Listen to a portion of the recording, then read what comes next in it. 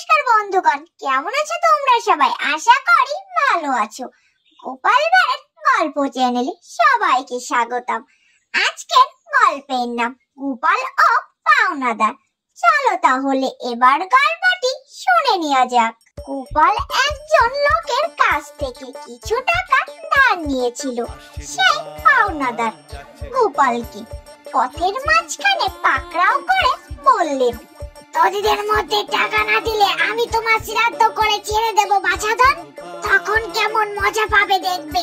পাওনাদারের কথা শুনে গোপাল মুচকি হেসে বলেন, টাকা ধার দিয়ে ফেরত পাচ্ছেন না, উপরন্ত আমার শ্রাদ্ধের খরচও বহন করতে চাইছেন।